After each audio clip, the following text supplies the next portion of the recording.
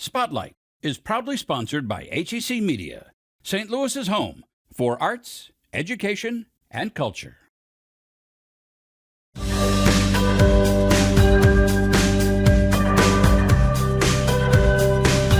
Today on Spotlight, head to the largest supplier of puzzles in the United States, and it's located in Kirkwood. And then where the tradition of sledding on Art Hill came from, how it's related to the World's Fair. Plus, you'll never say there's nothing to do in our city after you read one of these books. But first, the Battle of St. Louis. Not many know about it or have even heard of it. It's Sunday, and you're watching the multiple Emmy Award-winning Spotlight.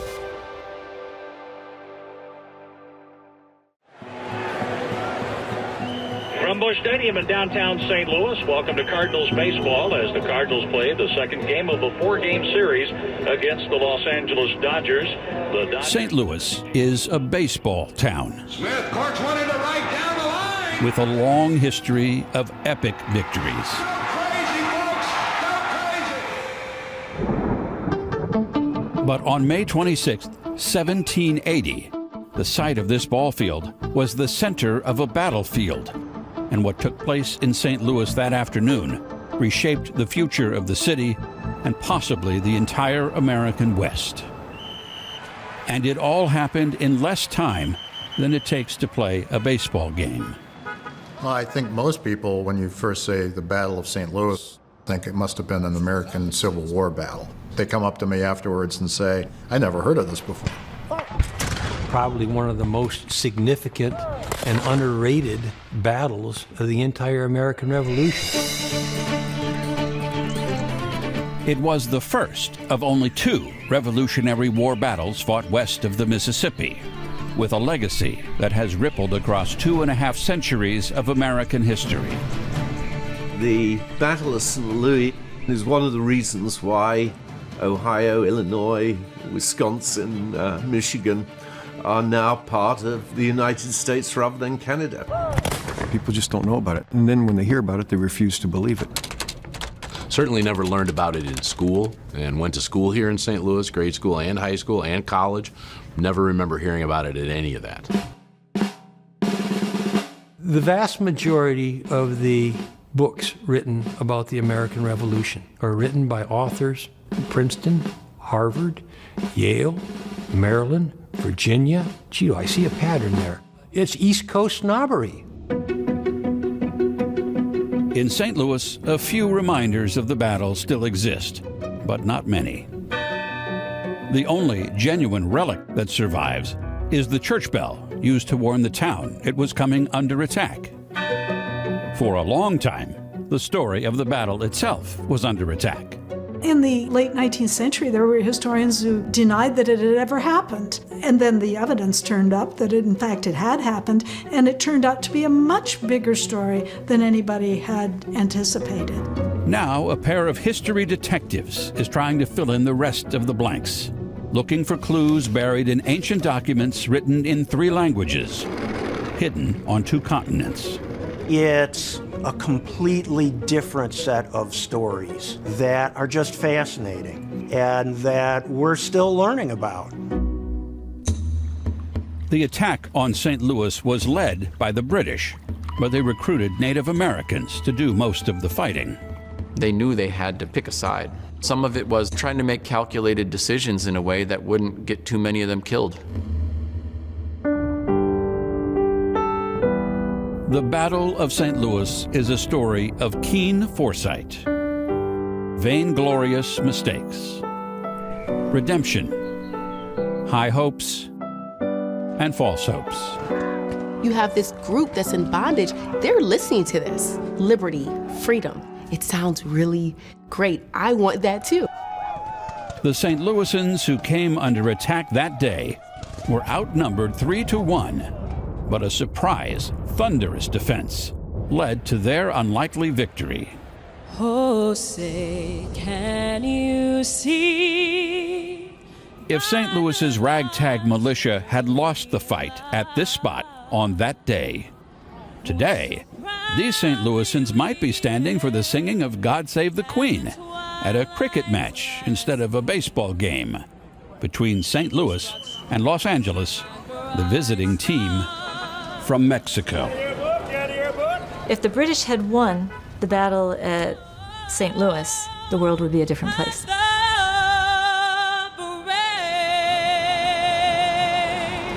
Had St. Louis fallen, maybe we'd still be having tea at 4 o'clock with our pinky in the air.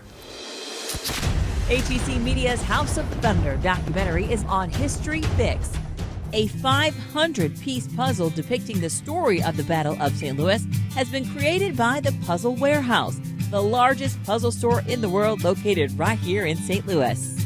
We have about 11,000 different items, everything from 2-piece puzzles for little baby kids all the way up to our largest, which is 56,000 pieces. So the mission of Puzzle Warehouse is to bring puzzles and games and fun things to people and their family, and it's just a great product that everyone can get around and do together. Primarily we're direct to consumer, but we do ship puzzles all over the world out of our main warehouse. I'm born and raised in St. Louis, in South County in fact. I've been in the e-commerce space for over 20 years, and so I've had other companies that I've successfully grown from nothing to something. Puzzle Warehouse was just an online business run by a husband and wife out of their basement in Minnesota. I was looking for a different business, so I acquired it. We backed the truck up, loaded up all their puzzles, brought them to St. Louis, and then we started with the retail store just because I already owned the building. Really didn't know if this was going to be a big business, at least the retail side, so we hung a sign on the front of the building, and sure enough, customers came, and it's been quite successful. So I think when we started, when I acquired the company, maybe there were 20 brands that we sold. We now have 166 brands, over 11,000 unique puzzles. Yeah, it's a lot of stuff, and customers like that. So we just continue to grow and expand the offering that we have. That just brings in more customers. So when we started, we had a warehouse in back and retail in front, and that was fine for a few years, but we just continued to grow, and then we basically ran out of space. So in 2019, we acquired a 40,000 square foot warehouse over in Fenton, thinking, well, we'd never outgrow that building. Because of the growth of COVID, the business grew and then didn't go back to where it was before. It's still significantly larger because everyone was at home, and so everybody wanted to do puzzles, and so we shipped puzzles all over the globe actually. I have really good, smart people that work for us. We're really good at doing internet marketing to the point that we've added onto our warehouse. So 2 years ago, we added another 20,000 square feet, so now we're in a 60,000 square foot facility, and we're hoping to continue to grow out of that. So one of the things that's unique about how we do business is we have an automated packaging line, which is state-of-the-art. We can ship an order out every 10 seconds through our machine. You put it on the conveyor, it makes a custom box, delivers it all the way to the truck, and it's just designed for high volume. But it allows us to have consistency for the customers. We get our products out same day. I think it's 99.5% of our orders go out the same day the order is placed. Most people think puzzles are for kids, but the reality is most jigsaw puzzles in the United States are done by adults, the average size being 1,000 pieces. So really we're in business to serve the adult market, and people are really surprised when I hear that. But it's really no different than your friend that's, a Cardinals fanatic, and they're all about the Cardinals, and that's kind of the center of their thing. People are like that with jigsaw puzzles. Some people just really love them, and they have certain brands they like Ravensburger, which is the largest in the world. We have customers that love puzzles so much they want 6,000, 8,000, 10,000 piece puzzles, and so we have quite a few of those to choose from. So since COVID, really, a new kind of trend has swept the world, because anywhere in the globe you go now, you're going to find that there are puzzle competitions going on. And basically they're time competitions. You have individuals, you could have groups doing anywhere from a 500 to 1,000 piece puzzle, and it's just a timing race. So there's a national competition that's held every year. There's also a world competition where people literally come from around the globe to do puzzles. So just this past year, we hosted our own puzzle competition at our main warehouse facility, which was amazingly successful. People loved it, and they're begging us to do another one. So it's a lot of fun. And again, this is just a great product that people just really love to be involved in and engaged with. And we're happy to give back and make a place where they can come do that. So as I mentioned, while puzzles are great for all ages, and adults in particular is the primary market, one of the fastest growing segments for us is actually older people, because doctors recommend puzzles for people that have Alzheimer's or dementia or any of those types of disorders. They just help people use the brain, and it helps all of us, to use our spatial skills and use our brain for something that's, not on a device all the time. So that's just a great side benefit of puzzles.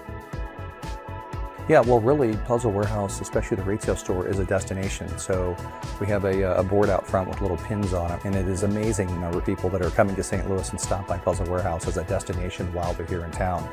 I think it's just really cool, especially you'll be here and somebody will have come in and they're from Denmark, and what are they doing in St. Louis in Puzzle Warehouse? Coming from Denmark. But yeah, it's just, again, one of the really fun things about this business is a lot of visitors to St. Louis will stop by our store, and we're really happy about that. HEC Media. Recognized, celebrated, honored time and again for excellence in the industry. Mid-America Emmys, Tellys, Natoas, Auroras, and other awards. HEC Media has been bringing home the hardware for over a decade. Hundreds of nominations and wins, from regional to international levels. Arts and education to author talks, magazine shows and documentaries, individual craft achievements to overall excellence, plus so much more. And although doing good work is its own reward, recognition, well, it's nice too. See what all the fuss is about. Find all of the award-winning content at hecmedia.org. History Spotlight, brought to you by HEC Media and the Missouri Historical Society. Hello, I'm Dr. Jody Sowell, president of the Missouri Historical Society in St. Louis, and this is History Spotlight. Forest Park boasts many beloved traditions, but sledding on Art Hill stands out as a cherished St. Louis experience, full of joyful chaos.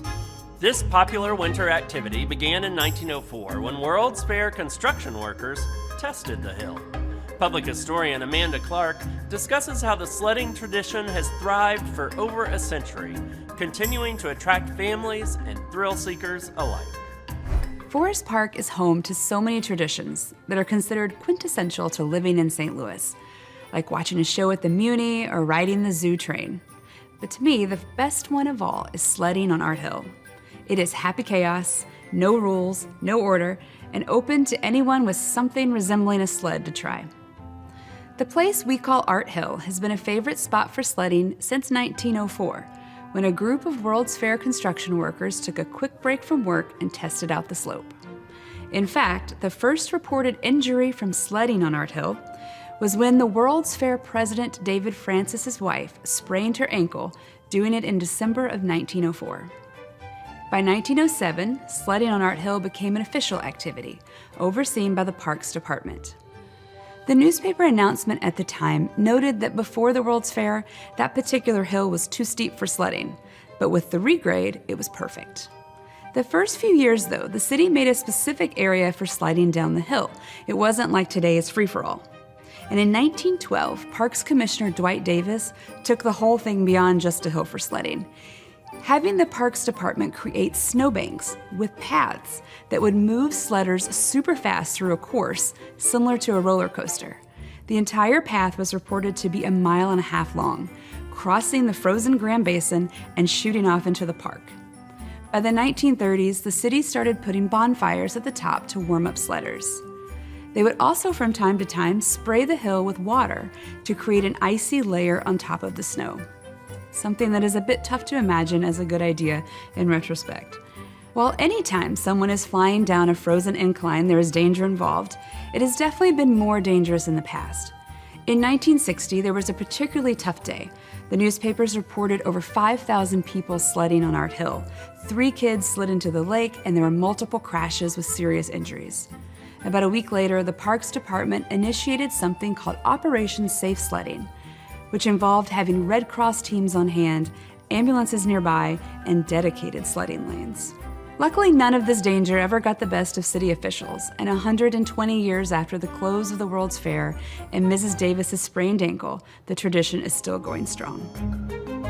Next week on History Spotlight, the history of German language instruction in St. Louis public schools and how it evolved alongside the city's immigrant communities. To learn more about the Missouri Historical Society, visit mohistory.org. Later on Spotlight, a program teaching high school students coding.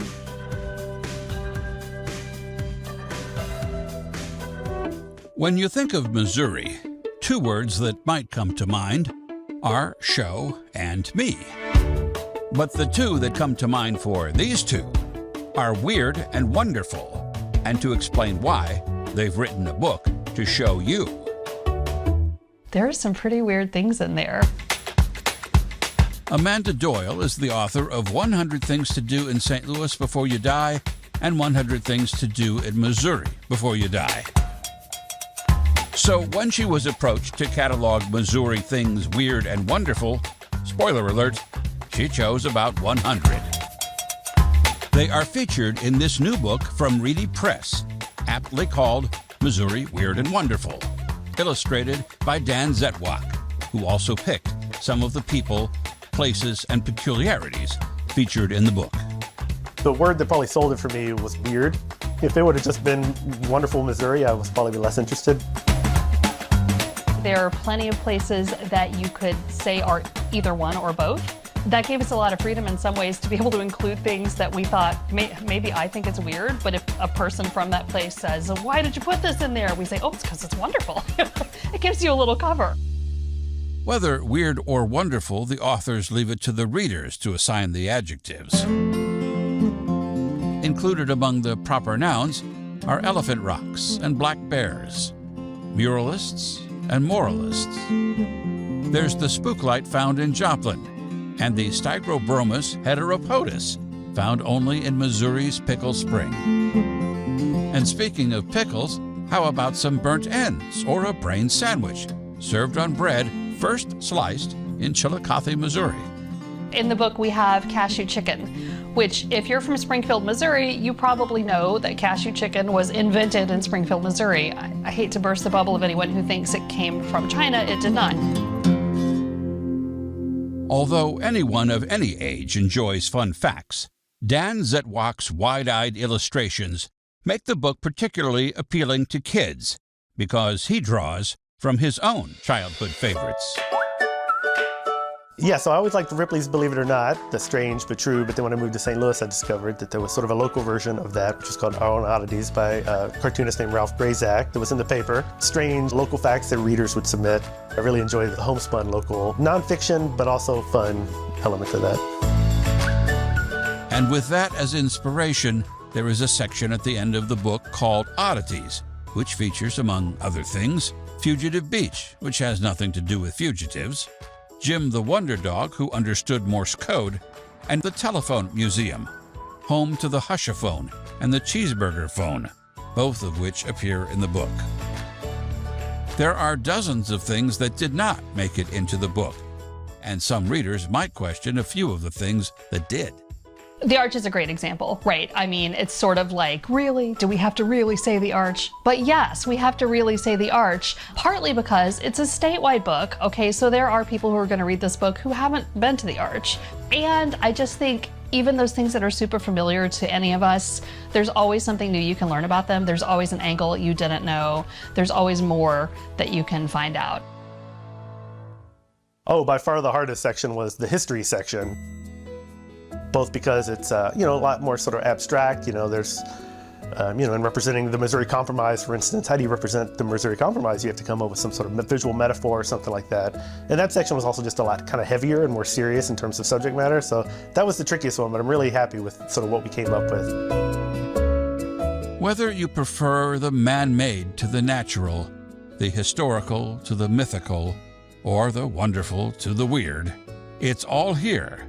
But the authors want readers to remember it's all out there, too. Honestly, I hope they take it and get in their cars or get on Amtrak and go explore Missouri. I'm a very big believer in blooming where you're planted.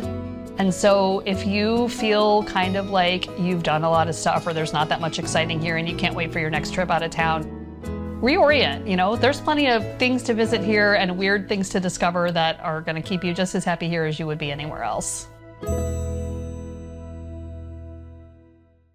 With every stroke of the bow, every stroke of the brush, with every stroke of genius, the arts make life in St. Louis richer, not just emotionally, but also economically. In our region, the arts create $869 million a year in economic activity, supporting 12,000 jobs, generating $155 million for state and local governments, with more than 8 million annual arts-related visits. That's more than all St. Louis sporting events combined. Whether in a park, on a street, or a wall, experimental or a classic, the arts deserve our support, because the arts help support us. HEC Media is proud to be our region's home for arts, education, and culture. Because in St. Louis, the arts mean business.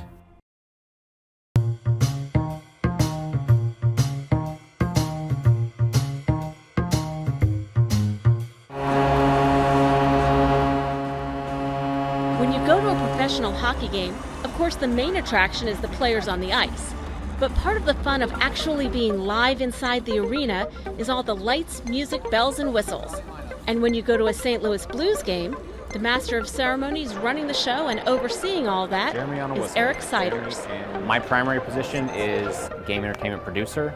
I write the scripts for all of our home games. I kind of work with all of the departments in our organization, determine what we're going to do on that particular night, what promos we're going to run, what games and things like that we're going to do. To be clear, the game itself is live, and although some fans might like to have a predetermined outcome, Eric does not have any control over which teams win or lose.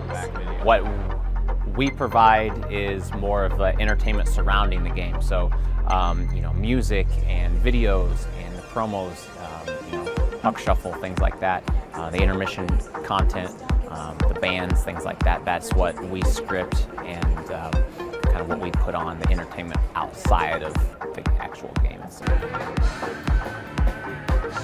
We really start before the players come out to kind of set the scene, set the mood.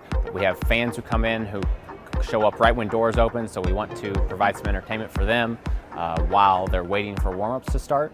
Once warm-ups start, we provide the music and show the player shots, fan shots, show the signs that are up on the glass, all kinds of kids and things like that, some of the storylines, stats, things like that we'll do during warm-ups. A feel for the game, as far as like when the game actually starts, you get a feel for how the team is doing, and if we need a little bit of pumping up, if we need to just celebrate the team's playing well and just continue the celebration. Eric oversees all that from a seat all alone near the top of the arena.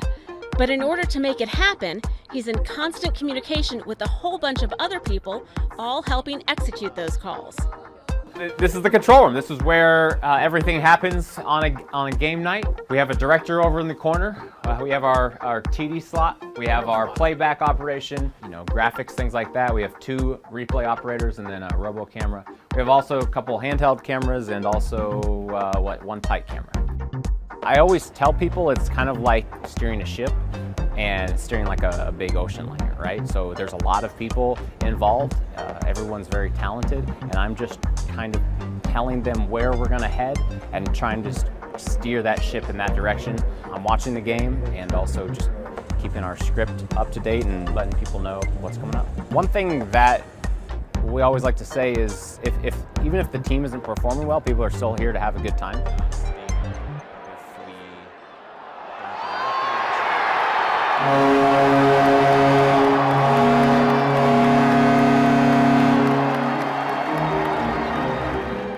For more St. Louis stories, subscribe to the HEC YouTube channel. Connect STL from HEC Media. The Little Bit Foundation is here to help kids overcome the barriers to education and learning. And it started off really simply. Kids need stuff to be able to learn, and we gave them coats, we gave them hats and gloves and toiletry items. But what they need too is like planting seeds for their future. And so this is all a part of our whole child model. So our model now includes not only those essentials, but the college and career readiness, health and nutrition, making sure education and equity, and also family and mental health support. We're here at Jennings High School today as a part of our college and career readiness program, and we're doing what's called STEM Lingo. So STEM Lingo is a project that was started by a Black female engineer to give kids like a quick dose of what it means to code and to get into STEM. So kind of learning the lingo of STEM.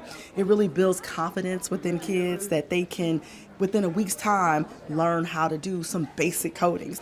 It gives kids like confidence and a really quick boost of what it means to be in a STEAM kind of environment, really getting into the STEM work and being an engineer and getting into really basic coding and what it means to do this kind of STEM work. We've been working on HTML coding, so using HTML, they were able to understand the functions, the tags that we're using. So using that tag, so a lot of aha moments from the students, like, wow, you get this yell from the back of the room where, oh my God, it lit up, oh, it made a sound, stuff like that. So the excitement, the aha moments are great. Yeah. It's some hard parts, but when it started making noises and flashing and stuff, I was like, whoa, yeah. That was cool. It's kind of cool. That was like the coolest part, is seeing it make noise. Yeah. I couldn't get it at first, it wasn't working. I had to go back and look at all my wires and change everything. But I think that's the funnest part. The thing I say that's most similar to coding is like probably construction or building stuff, surprisingly. How so? Cause like it's basically, that's really all you have to do. It's just like a big project. Like you just build everything. You build this and like you make, the coding is basically what goes on in the inside to keep it going and stuff. Yeah. It's cool. We're in 48 schools. We serve 14,000 kids. So we're a lot of places, but that ranges from pre-K all the way up to high school. So we're in about 6 high schools where we're really doing a lot of activity, but again, continue to expand and grow. What you do here in the school environment, if it's not translated into the home, and if parents are struggling, and there's a lot of, especially coming off of the pandemic, the mental health, the wellness, the overall wellness of our students has been challenged a lot in the last couple of years. So making sure that kids, again, they have the essentials, planting seeds of hope and giving them, an opportunity to see what they can do for their future, but also how do we take care of where they are right now, mentally and physically. So really getting deeper into that space as well. Yeah, I really like this class. It's neat. And it's like, it's not easy, but it's like, it's something I like to do. It's something that like keeps me engaged in the class. I like it. I really like coding. Like, it's kind of cool. I used to call my brother a nerd for this. Right? I like it, so I'm probably gonna pick that up. It's a progression, and we're trying to make sure that this is stepped out from, all the way from elementary school up to high school. We fit in as little bit, we do a little bit, but it goes a long way toward building components for our future success as a whole St. Louis region. Next week, a school serving as a beacon of hope for kids, most of whom are immigrants. Plus, Greg Allman's son who's living up to his father's legacy. Thanks for watching Spotlight. Join us next Sunday at 9:30 a.m. on KPLR 11.